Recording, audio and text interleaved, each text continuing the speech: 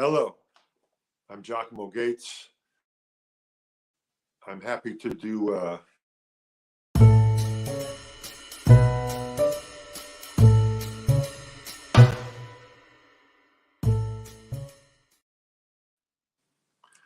Hello, I'm Giacomo Gates. I'm happy to be here on the alternative venue for jazz. And before I start talking, I would like to thank Gail Boyd.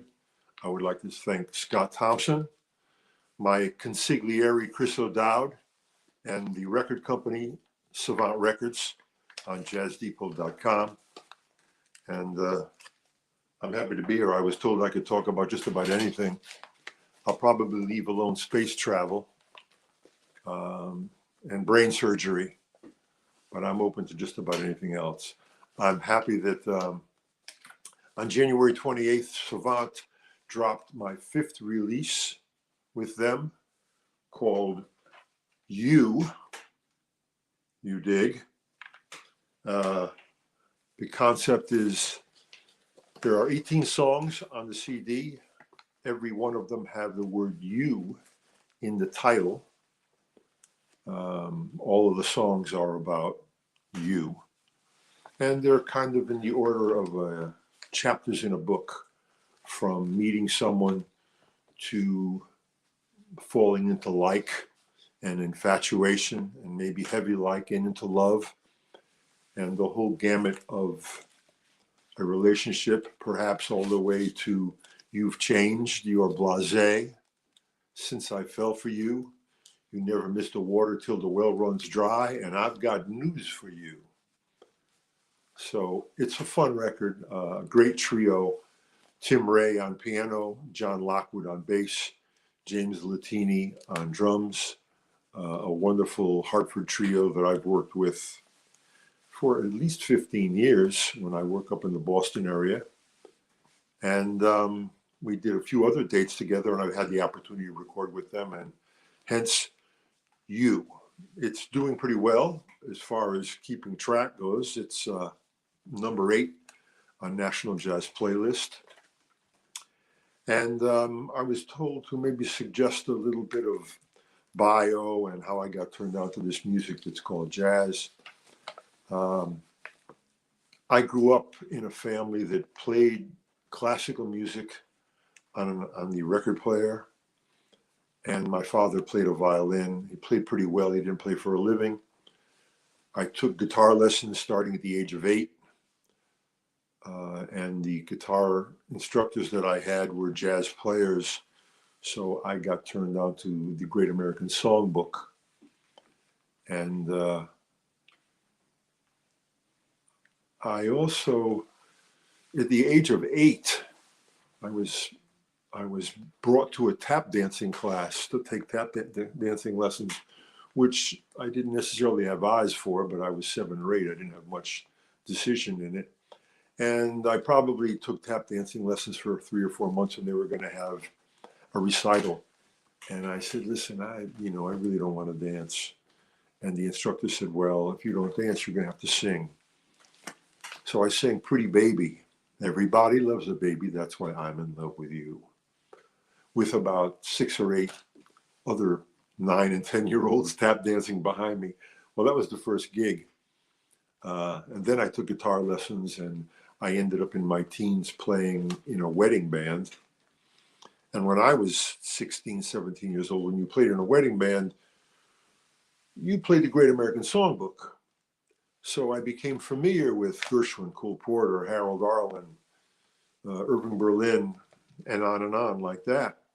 And I fortunately got an ear for this music, even though my contemporaries in grammar school and high school were listening to, and so was I. I was listening to rhythm and blues, and rock and roll never gassed me. Some rock and roll I like, and having not been a huge fan in the rock and roll scene, I was friends with a photographer who used to shoot for Rolling Stone magazine, and he would go to many of the concerts. So he and I and another guy, we would carry his equipment, and we would get backstage, and I saw people like Vanilla Fudge, Sly and the Family Stone, Jimi Hendrix, the Rolling Stones, Buffalo Springfield. I mean, that whole scene of music was fun, but when we went to the gig, it was a party. But I also got to see when I was in high school people like Miles Davis performed at Fairfield University, Dr. Billy Taylor. I saw Dexter Gordon in Stamford, Connecticut, and groups in New Haven. And there was radio. There was jazz radio in New York City. I live in Connecticut. I was able to pick it up, and I got turned on to a lot of that music. So this music called jazz, I've always been a fan of, and I never tried to pursue it until my late 30s. When I was in my early to mid 20s, I was working construction. I started out as a laborer, then a driver. I started running equipment, bulldozers, loaders, scrapers, etc. I just wanted to be outside. I think that's how that all happened. I just like the outdoors. And I was working on small road jobs, and I heard about the Alaska pipeline. And instead of ripping up a road and repaving it, I wanted to do the real deal. It was too late for me to do the interstates, which I would have really liked that. You know, they fly you somewhere, you build a road back in. Well, that's the concept that happened when I went up to Alaska. I went up there in 1975. I think I was only 6 at the time. And I went up there. I just went up there to try to get work. You can't go up there and just get work. You don't know anybody. Well, you're right, but I'm 24, 25. If it doesn't work, I'll come back or go somewhere else. But it took me a year to get the job I wanted out of an operating engineer's hall. And in the meantime, I had a lot of experiences living in a boom town, which was pretty wild. I worked in a liquor store nights. Liquor store nights in Fairbanks, Alaska means from 9:30 p.m. to 5 a.m. Yeah, it was a wild town, and there was a lot going on for a little town like that. So it was a circus, a 4-ring circus. And, I did what I needed to do to make the rent for the first year. I worked in a gambling casino. I helped laborers and carpenters and worked on putting a roof on a cabin and just did whatever I needed to do. And by the time a year went by, I got a gig out of the operating engineers hall running a dozer. And I did that I went up there for a year. I stayed for 12. One year I went to Washington State and worked on some road jobs. Another year I went down to the Tucson, Arizona area and worked on a road job. I always would go back to Alaska. A little brisk, but I liked it. And I was all over the state, from the Aleutians out to Point Barrow and Kuparik and Prudhoe Bay and islands where they had the dew line, the distant early warning sites. But, that was like a left turn. And I enjoyed it. I stayed. And one year there was a Fairbanks Summer Art Festival taking place in Fairbanks. I happened to just come off of a job in July, and a summer art festival. And somebody told me, I would sit in a few places and hang. Not that there were jazz clubs in Fairbanks, but there was music. And someone told me about it, and I thought I would attend. And I was a recipient of a 2-week class that I joined up. It was a cabaret class. And I took a look at it, and the headliners in the festival were Steve Allen and Sarah Vaughan, which was enough to get me to go. And then I saw the instructor at the cabaret class was a woman by the name of Chris Calloway. So I looked a little closer, and it was Cab's daughter. So I thought that would be pretty interesting. So I attended that. It was 2 weeks, every day for 5 days a week. And you'd have to audition for the class. And I made one of the classes, and I met a gentleman by the name of Grover Sales, who I thought was a member of the class, but who he was a very hip guy from the San Francisco area of California, who was a writer, a journalist, an educator, part of the Monterey Jazz Festival. He helped get that off its, onto its feet. And we became friendly, and he was encouraging, and I met a few instructors from the festival who encouraged me. A couple of people said, well, you're not going to get hurt up here. I said, well, I'm not trying to get hurt up here. I live up here. And they said, why, of course, because it's a little brisk in the summer, in the winter, a little brisk in the summer too, depending upon where you are. But I just knew it was time for me to do something else. I always had eyes for music. I was a fan, but I decided that I would come back to Connecticut and try to go into New York and make some noise. And I did just that, tried to make some noise. At a time where people could sit in, there were a lot of sessions. And the repertoire that I was coming out of was more like Lambert Hendrickson Ross, Eddie Jefferson, Babs Gonzalez, King Pleasure, Joe Williams, Mose Allison. Of course, I dig Betty Carter, Sarah Vaughan, Carmen McRae, Anita O'Day, and on and on. I mean, I can mention all the singers who I dug, from Dean Martin to Jackie Paris, and Martha Ray, Doris Day, Perry Como. But, great singers. And there was television, there was jazz on television when I was a young kid. So I just started to go to clubs and tried to sit in. And I come out of more of a jazz repertoire than the Great American Songbook, even though a lot of songs that have been translated into rebop are the chord changes of the Great American Songs. So it was kind of a natural. And it was just a question of having a good time and having fun and being out there.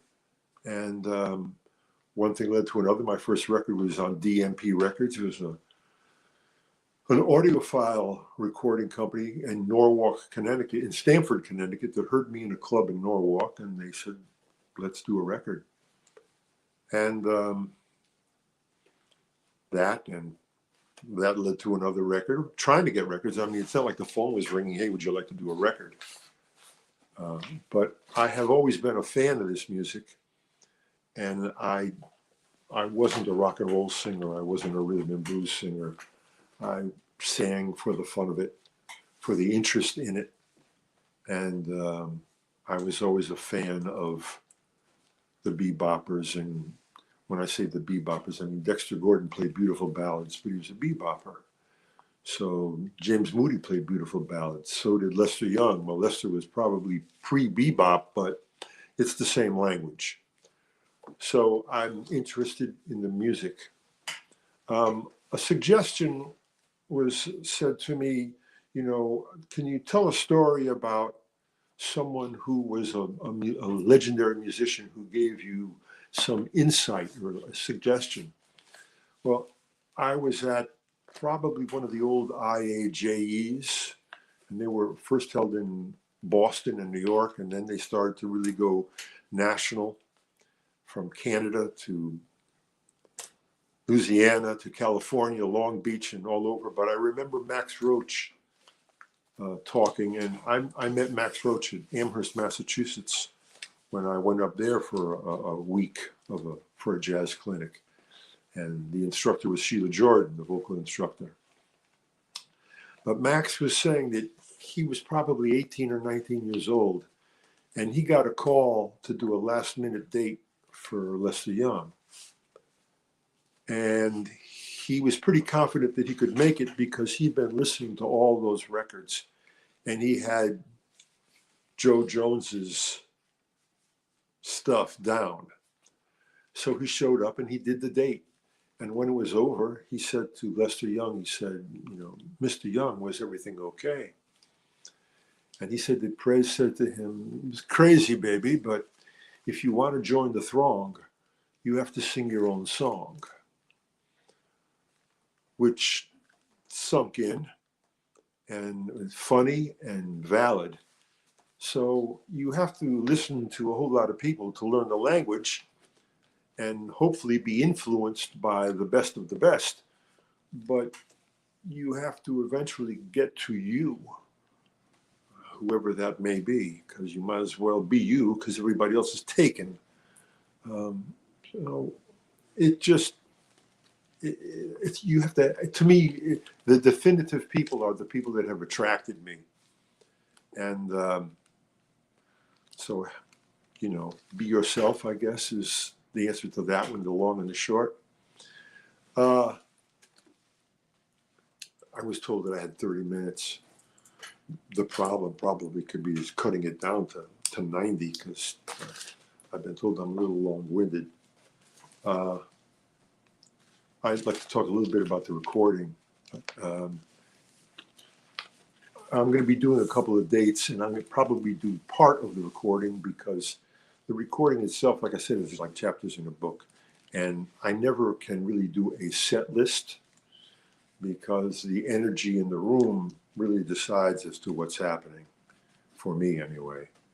And I like to work with musicians who, it doesn't have to be the same band all the time, although that certainly has positive things with the music, but keeping it fresh all the time is a nice way to do it, is to work with musicians who are fresh all the time. High profile musicians who can read well and who play together and listen to each other and collectively bring the music up rather than I'm so used to this I could do it with my eyes closed. So, I mean, you can do it with your eyes closed and still be exuberant, I think, is the way to put it, because that's what makes it happen. And there's certainly a transfer of energy from audience to performers.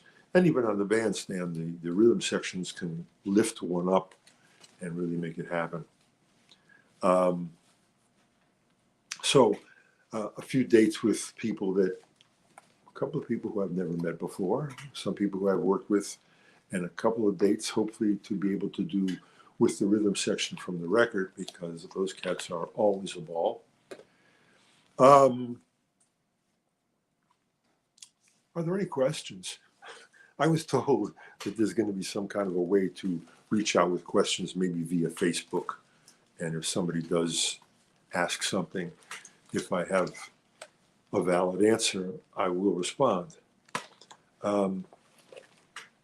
I can be current and say that I'm teaching at Wesleyan University, and I have a few private students. I've been at Wesleyan for 21 years, and I'm gassed to be there. It's a great school, and the students are really with it and respectful and smart, and we have a good time learning this music. It's not do, re, mi. I don't teach that kind of thing. It's more about interpretation and some talking about improvisation. And improvisation doesn't necessarily have to be scat singing, but just rephrasing maybe, or changing the melody. But I don't believe in rephrasing or changing the melody for the sake of doing it. I think if you're moved by something, and for a singer it's usually the lyric or the story, then that's what makes the change. To change for the sake of changing it, or to try to be innovative, but not for me, as George and Ira Gershwin said.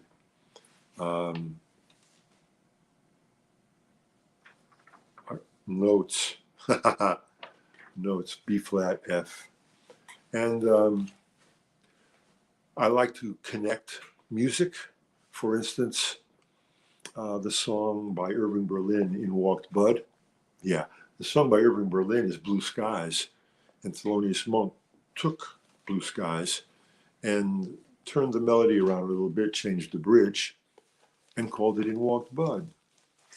So one of my recordings, Blue Skies, is I'll sing Blue Skies, and then you can hear where Monk's music came from over that. For instance, Rosetta, old 1930s tune, is kind of the basis for Yardbird Suite. And it's nice to know those things because it makes you feel the connection. And the audience likes to know sometimes, where did this come from? You know? So it's nice to talk about how it happened without making a classroom out of it, and having fun with that kind of thing. I mean, I remember seeing many of the greats as many times as I could, just to watch and see how they make it connect. I don't know how many times I saw John Hendricks and company, Joe Williams the same way. I probably saw Sarah Vaughan 3 or 4 times, Carmen McRae, whenever I could catch them. I remember working in Washington State construction, and I was working nights, and it was in September, and it was my birthday. Now, you don't get days off in construction, because if you ask for the day off, they say, well, you can have the rest of the time off. It just doesn't work that way. But I had been working for this one outfit for about 7 months, and in Aberdeen, Washington, about 40 miles from where I was working, there was going to be the Count Basie Band live with Count Basie and Joe Williams. And I said to the foreman the night before, I said, listen, tomorrow's my birthday. Not that that mattered to him, but I said, tomorrow's my birthday, and Count Basie's playing in Aberdeen, Washington. Do you think I could get the night off and maybe go see him? And he was, if I was 28 or 29 years old, he was probably 50. And he said to me, you want the night off, huh? Count Basie? Well, go ahead. I wish I could go with you. So he couldn't make it, but I went by myself. And it was just great to see Count Basie and Joe Williams live. It's a lesson. You know, I would go see Lou Donaldson play. I told him it was a lesson. And he would always invite me to sit in. Not always, whenever he felt comfortable to. And one night he asked me in the Vanguard if I said, Gates, you want to sit in? I said, Lou, you know, I thank you for asking, but I come to listen to you for a lesson. I watched the way you run the band. I watched the way you talk to the audience. I listen to your songs, the way you sing them. And the whole performance is put together with a nice kind of a rhythm. I said, you know, when I was pretty young, I was buying your records. I bought Dapper Dan and Alligator Boogaloo and Gravy Train. Then I got a little older, and I saw records like I think it was one of them was called, might have been called Over the Rainbow. No, I'm not sure of it. There were a lot of ballads on it. And he had people like Hank Jones as a sideman, Oscar Pettiford. So I told him, I said, you know, Lou, I learned later, I mean, I know who you are. I mean, I'm not coming to sit in on your gig. I know your history. He said to me, never mind that. Do you want to sing or not? So I was flattered and gassed to be around those people and catch some of that. I went to Lou's birthday party at Jazz at Lincoln Center, where a lot of people came to show respect. I'd like to mention maybe a few dates if anybody is interested in dates. They can go to giacomogates.com and look and see some dates. And I do have a few. Let me just run it real quick. March 29th, I'm going to be in the center at Eastman in Grantham, New Hampshire. On April 8th, a new club that opened in New Haven, Connecticut called Jazzy's. April 10th, Johnny's in Middletown, Rhode Island. April 30th at the Deerhead Inn, a favorite place of mine in the Delaware Water Gap. June 21st, the Drake in Amherst, Mass. August 11, I have a date at the Birdland Theater. Please attend.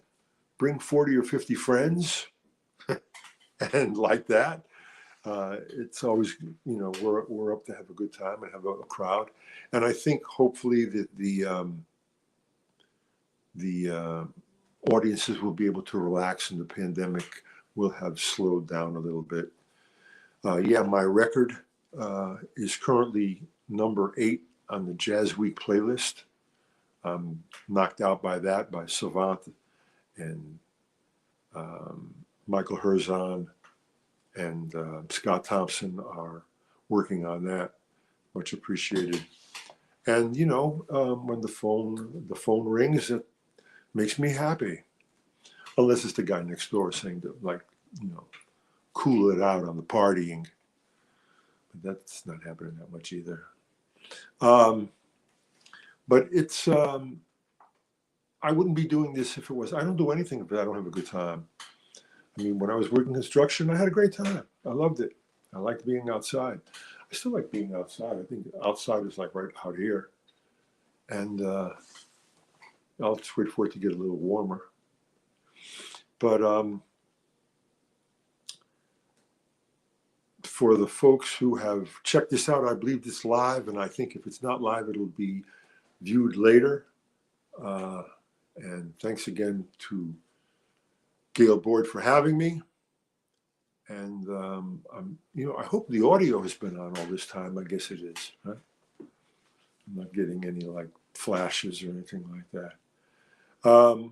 It is live and it will be rebroadcasted. And thanks very much for falling by. I'd like to introduce the rhythm section, but they left already.